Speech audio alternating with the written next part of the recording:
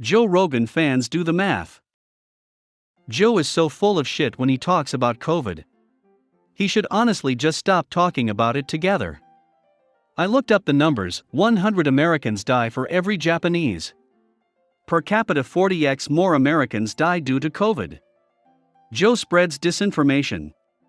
The main reason a lot of people listen to him is because he's used to be authentic and doesn't bullshit. COVID broke him, and he can't be trusted now. Something about men desperately trying to act tough just comes off as so weak and pathetic. As a straight woman, I can't tell you how glad I am that all men are, in fact, not like Joe Rogan. It just makes you seem like a tool. It really seems like JR's whole personality is based on being some tough, crass jerk, and there's nothing else there. He comes off as so shallow, like a caricature of the everyman. I'd call him a himbo if he were considered a sex symbol to women, but I feel like even the sort of attractiveness he builds is aimed to be appealing to a certain type of man rather than to women. Not in a sexual way, but that he's trying to sell the product of some sort of ideal of himself to a male audience who wants to be like him. He caters to a similar crowd that pickup artist instructors do. Joe is so obsessed with appearing more masculine that he literally takes testosterone boosters LMAO.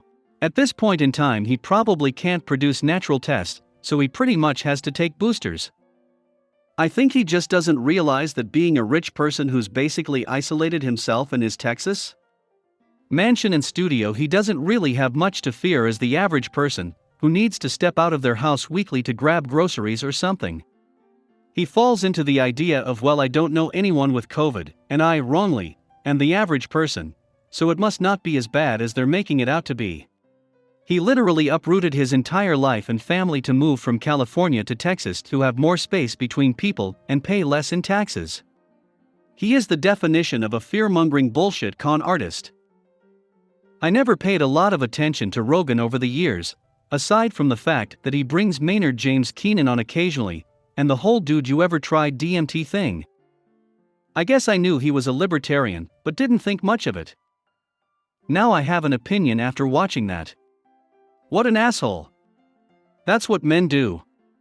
No, that's what insecure people do. I stopped listening to him when he had Alex Jones on. If he's friends with POS person, then Joe is a POS person too. I really started to notice how much of a hypocrite he is. He constantly went off on the Clintons for having or bailing out corrupt people, yet he himself is in the same boat. What made my mind up about Rogan is when he had Neil deGrasse Tyson on and debated whether the moon landing was fake. Remember when some random-ass guest on Larry Wilmore's show asked Bill Nye what 60% meant, and the clip was on Reddit front page, and we all decided Larry Wilmore was done? I don't understand how anyone takes Joe Rogan seriously at this point. He used to be a conspiracy theorist, then he started shitting on conspiracy theorists, and now he's back with alt-right conspiracies. I think he's found he can make more money from those rubes. A fool and their money are soon parted comes to mind. Step 2 is where I got pulled in. Genuinely came across as someone who was open to absolutely anything if proof was presented. Everyone acknowledges that it is right and proper to change your opinions when presented with new factual information that changes your understanding. He seemed like someone who was actually doing that, both in betting into then debunking the conspiracy theories. Then he started the switch back and platforming the alt-right at the costs of his credibility.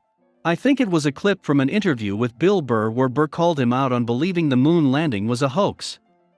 Rogan said he doesn't think the moon landing was necessarily faked anymore, but he still defends that he pushed the narrative for so long and doesn't feel bad about it. Something to the effect of there's still just too many things that don't add up.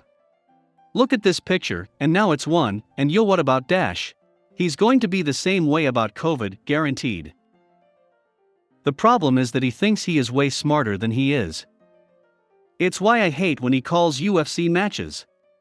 He will have a multiple-time world champion sitting next to him, and he brushes off that guy's observations and talks for 2 minutes about what he just observed. He's also a terrible interviewer because he doesn't really care about the answers, they are just punctuations on the lectures he wants to give.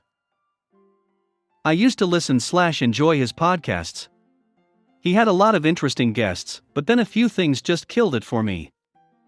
His stance on depression, addiction, or really any mental illness, he thinks people should just get over it. Fine, it's sensationalized a bit. Every kid with a bad day has anxiety or depression, but doesn't make it less relevant. The Steve-O episode was the best reference of this shit. The guy is telling him he once spent days straight only breathing NO2, and now he's clean. Yeah, but you could take a hit of weed. No, I'm an addict. Anything could set me off. Yeah, but you could stop if you wanted. His sensationalist guests, how many times have bags like Alex Jones been given a platform? Free speech, cool, but he doesn't need to sit there as an interviewer and let them just ramble unchecked/unquestioned. Yeah, he's just a meathead having conversations, but there still comes a level of social conscience that should come with reaching millions of people. But his COVID/taxes/anything he disagrees with, it's pretty clear he doesn't give two fucks about anything other than him. That's my pointless rant for the day. Apologies.